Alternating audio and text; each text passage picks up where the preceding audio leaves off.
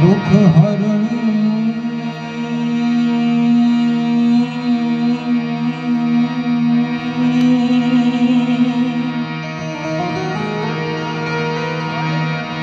હે કુળદેવી કાળી કાકરોની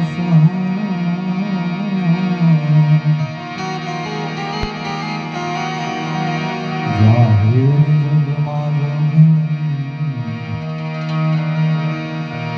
મારી પરગટ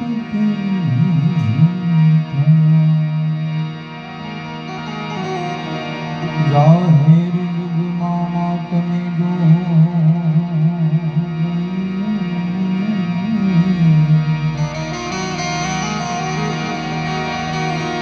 જાહેર જગમાં જોગણી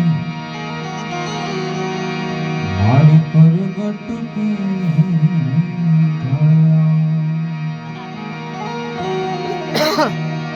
નમામિ સમીસાહિ નિર્વાણ રૂપમ વિભૂયાત્મકં બ્રહ્મવેદ સ્વરૂપમ નિગમ નિર્ગુણમ નિર્વિકલ્પમ નિરીહં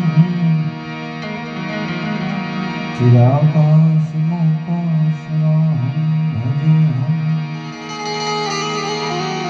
હે નિગમ નિર્ગુણમ નિર્વિકલ્પમ નિરીહં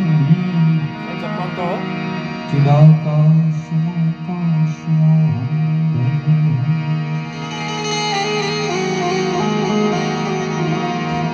સમય મારો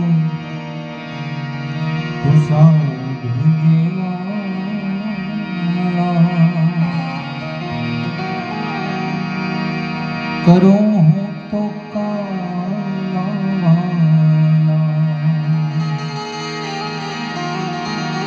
સમય મારો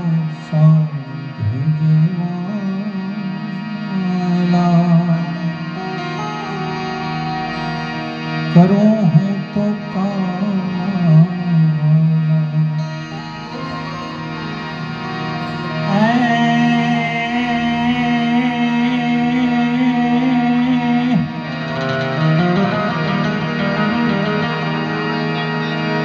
અંત સમય મારો આવશે જ્યારે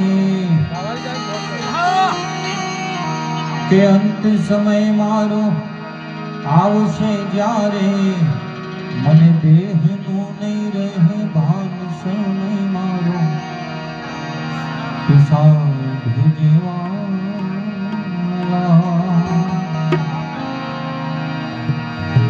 કરું હું તો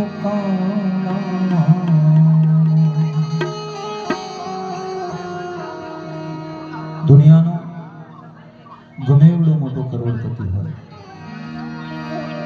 તિજોરીની અંદર ગમે એટલા રૂપિયા પડ્યા હોય, ગમે એટલા દાગીના પડ્યા હોય, મોટી મોટી બેંકોની અંદર એનું મોટું મોટું બેલેન્સ હોય, અમદાવાદ કે વડોદરા જેવી સિટીની અંદર પ્લોટ હોય, જમીન હોય, પોતાનું મકાન હોય, પણ સમય છે ને ગમે એનો ખરાબ આવે છે.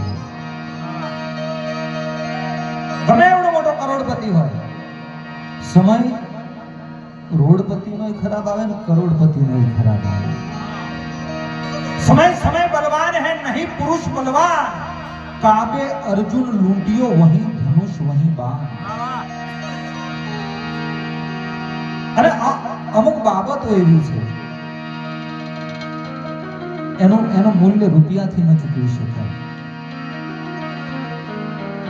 કોરોના થયો હોય માણસને તો એની દવા થઈ શકે,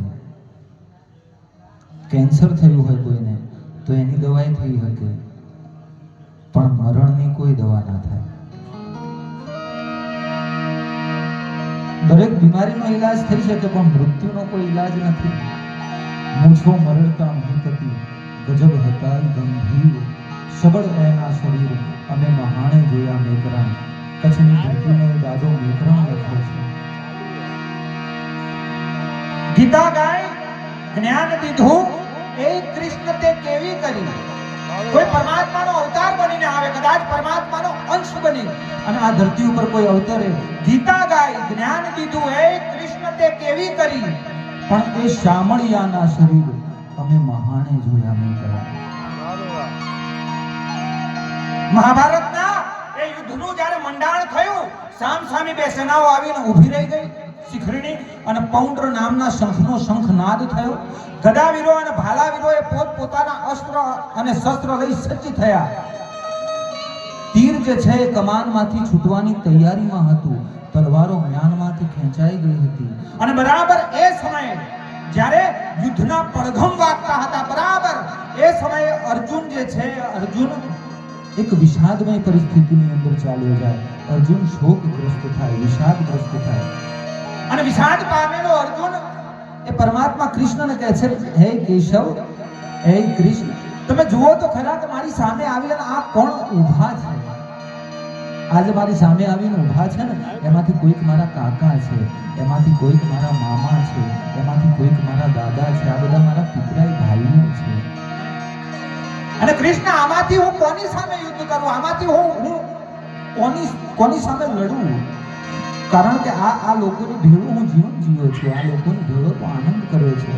અને આ લોકો જ નહીં હોય તો પછી રાજ્યનું શું, હસ્તિનાપુરની ગાદીનું શું, જ્યાં મારા પોતાના જ ન હોય.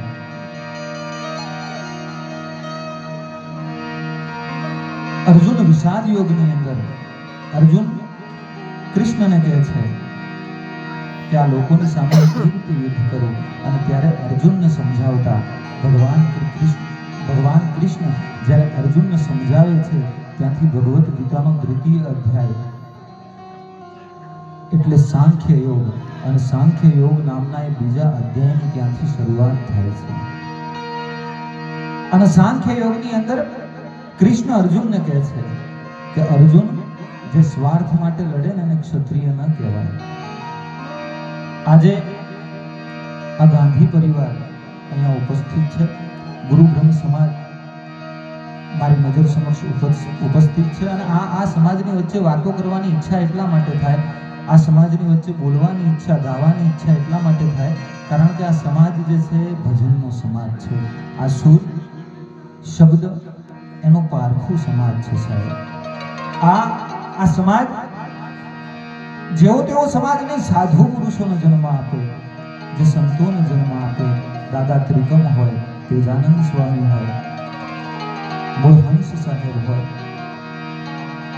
એમ કહેવાય પોતાનો જે ખભો છે, ખભા ઉપરથી આમ આંચળો ઉતારી અને દાદો ત્રિકમ દરિયામાં મૂકી દે અને દરિયાને કહી દે કે વહાણ વટી વહાણ હંકાર, મારે હામા કિનારે જાઓ, અને દરિયો જેને માર્ગ આપી દે સાહેબ. એવી હસ્તી, જે હસ્તીની એની પ્રતિભાનું તો કોઈ અપમાન થઈ ના શકે, એના વ્યક્તિત્વનું તો કોઈ અપમાન થઈ ના શકે, પણ એની ડેડ બોડીનું જ્યારે અપમાન કરવાની કોશિશ થાય, એની સામે પથ્થર ઉલાડવામાં આવે તો એ પથ્થર શ્રીફળ બની જાય, એની સામે રેત ઉલાડવામાં આવે તો એ રેત અબીલ અને ગુલાલ બની જાય. આ એવા સાધુઓનો સમાજ છે સાહેબ. પરમાત્મા કૃષ્ણ અર્જુનને સમજાવે છે કે અર્જુન, આ તો મૃત્યુ લોક છે. ન હન્ય તે હન્ય માને શરીરે, શરીરના મરવાથી કોઈ મરતું નથી અર્જુન. અને જાતસ્ય હિ ધ્રુવો મૃત્યુ, જે જન્મે છે એનું મૃત્યુ નિશ્ચિત છે, જે મૃત્યુ પામે છે એનો જન્મ પણ નિશ્ચિત છે. એટલે આ ઉપાય વિનાના વિષય ઉપર શોક ના હોય.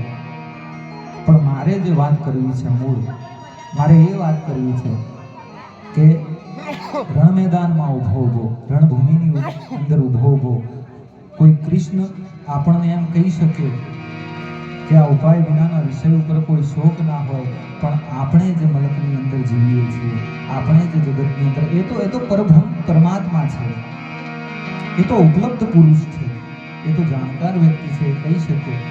પણ આપણે જે મલકની અંદર જીવીએ છીએ, આપણા ઘરની બહાર કદાચ એક હારું ઝાડ વાયું હોય અને એ ઝાડ જો કદાચ કપાઈ જાય ને, એના કપાવાનું દુઃખ આપણને થાય.